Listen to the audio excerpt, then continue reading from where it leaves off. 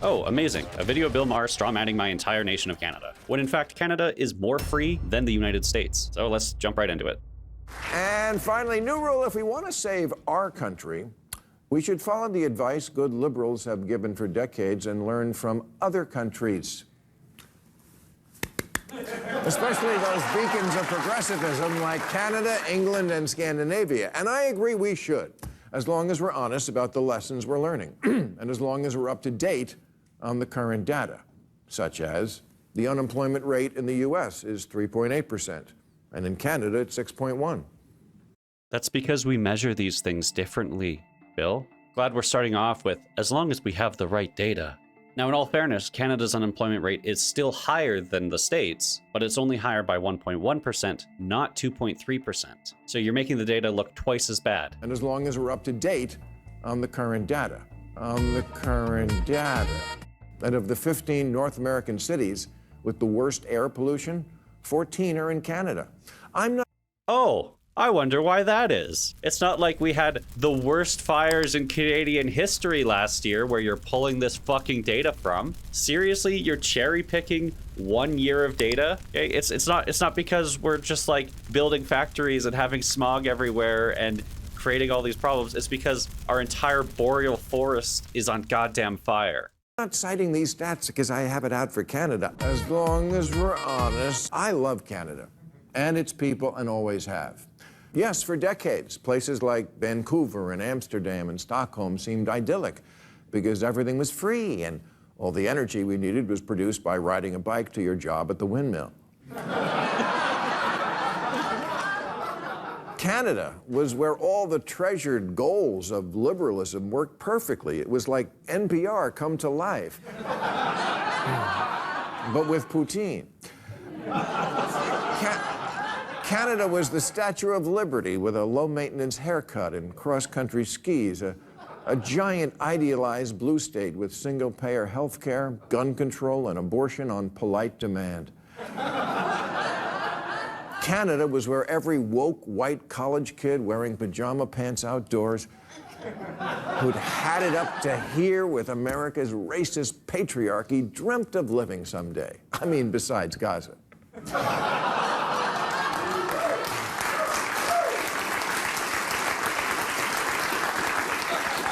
There's only one problem with thinking everything's better in Canada. It's not. Not anymore, anyway.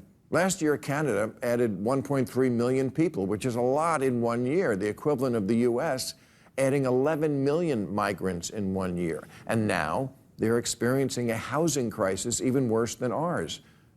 Fuck immigration, am I right?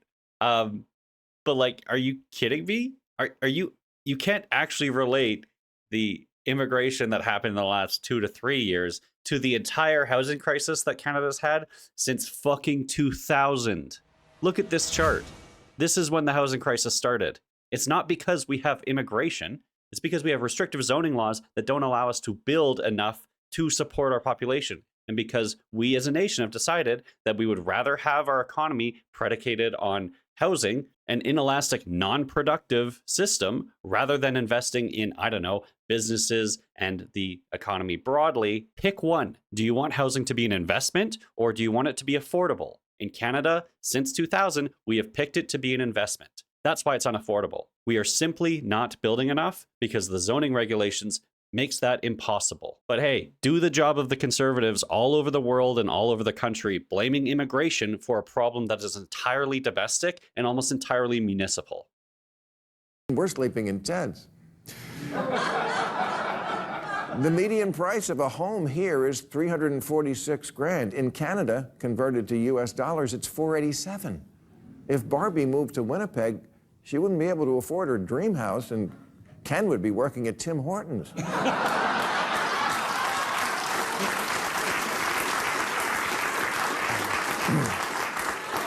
And because of mortgage debt, Canada has the highest debt to GDP ratio of any G7 nation. I don't know. This is a fair criticism. We made our bed with this housing market. We're going to have to sleep in it. What that means, but it sounds bad. So does their vaunted healthcare system, which ranks dead last among high-income countries in access to primary health care. and ability to see a doctor in a day or two. And it's not. You're right. We are dead last compared to these countries. Canada's gone from 93% to 86%, compared to the US at 87%. So congratulations. We're about as shitty as the United States. You know, a country that spends 50% more per capita than Canada does on healthcare. Except we don't really have medical debts that people have to default on, and we have a higher life expectancy. Not for lack of spending. Of the 30 countries with universal coverage, Canada spends over 13% of its economy on it, which is a lot of money for free health care.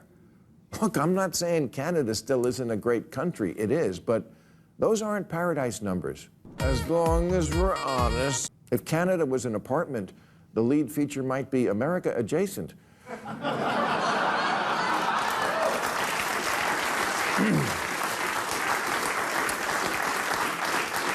And if America was a rental car, Canada would be America or similar. And again, honestly, Canada, I'm not saying any of this because I enjoy it. I don't, because I've always enjoyed you. Wait, then why are you just straw manning every single position? Look, Canada isn't perfect, and it certainly has improvements to be made. There's certainly areas where you could attack it, but the places you're attacking it are so fucking brain dead, Bill. Right? If you want to talk about a comparison between Canada and the States, then look at real GDP and the industrial powerhouse that the United States is, and how it attracts foreign and widespread investment, and how you guys have been able to insulate yourself from the housing crisis and the housing bubbles that we have.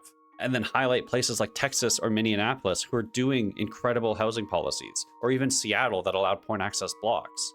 But I need to cite you as a cautionary tale to help my country. And the moral of that tale is, yes, you can move too far left. And when you do, you wind up pushing the people in the middle to the right.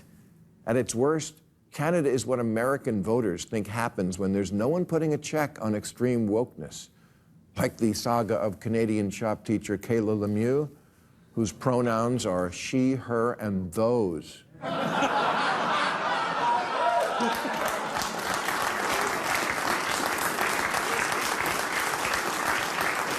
Kayla is now back to being a guy named Kerry, but 2 years ago, when they showed up to teach children, the progressive high school they taught at said that they, the school, not the person. Really, you couldn't have found another word. We were using that one. Anyway, okay. They were committed to a safe environment for gender expression. Safe for who? What about the children? What?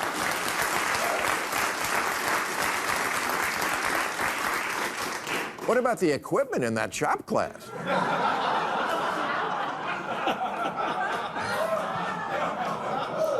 You know, there was once a weirdo D-list movie producer in the 60s named Russ Meyer, who made low-budget B movies like Faster Pussycat Kill Kill and Beyond the Valley of the Dolls, always featuring women who look like this. His movies played in porn houses and were featured in Hustler and Playboy. Okay, fine, but who says, no, when it comes to huge, ridiculous tits, let's save that for the kids?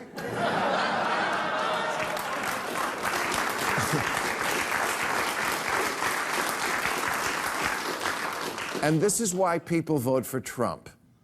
They say in politics... Yes, people are voting for Trump because in Canada, there's one weird case that you can point to, which is just a red herring of mismanagement by the school board, a person who is seemingly looking for attention within a strong union where it's really hard to get fired. How many American police officers have gotten away with murder, Bill? Like, this is just an incredibly weird story where Lemieux denies even being that person, but then also claimed that the breasts are real. And this story was resolved a few years ago. You get crazy woke dipshits just the same as you get right dipshits who try to storm your capital. And realistically, Kayla has done nothing but hurt the trans community with these antics. Nevertheless, our woke school system still beats the US in test scores. And so since we're making baseless claims here, Bill, clearly this means that woke Canadians are just way smarter than those dumb Americans. Liberals are the gas pedal and conservatives are the brakes. And I'm generally with the gas pedal, but not if we're driving off a cliff.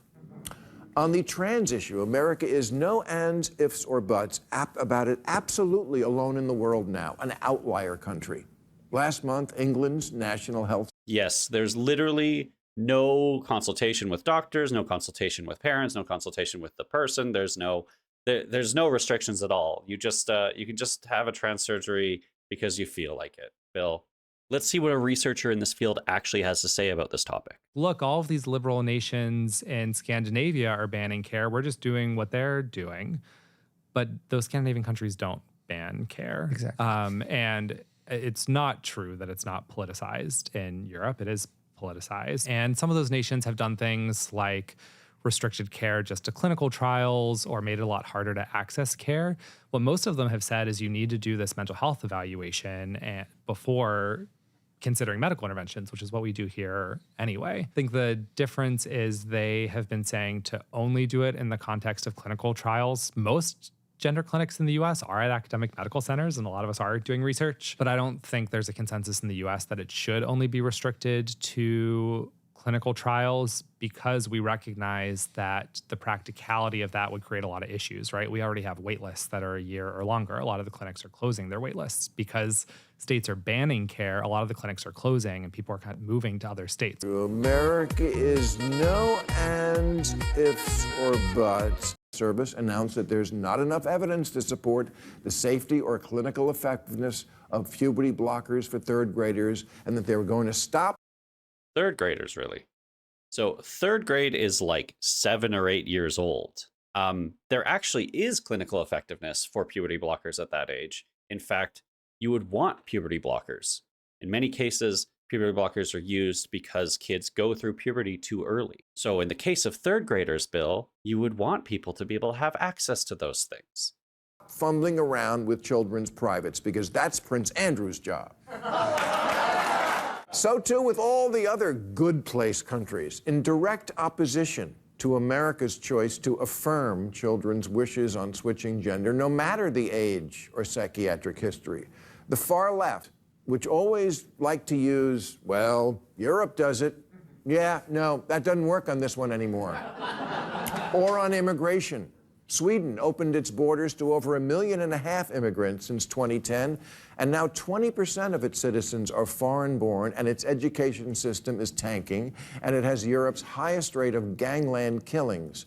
And one result is that the far-right parties are in the government now. They are. Yes, let's point to a different country with different immigration policies and different integration strategies, different systems as a whole to Canada, to say why our immigration policy in Canada is worse. The US has a 13% foreign-born population, and Canada already has a 20%. And wow, Sweden sounds like this derelict place with homicides everywhere, just absolute danger. Okay, let me just check the notes right here. World average is about 6 homicides per 100,000. Okay, now let's look at Sweden. Sweden. And they are basically 1 homicide per 100,000. That must be pretty high if we're comparing it to, or this must be pretty high because Bill Maher is saying it's pretty bad. Let me just see Canada. Okay. Oh, we're a little higher than Sweden. That's not good. Okay. And then why don't we look at United States of America?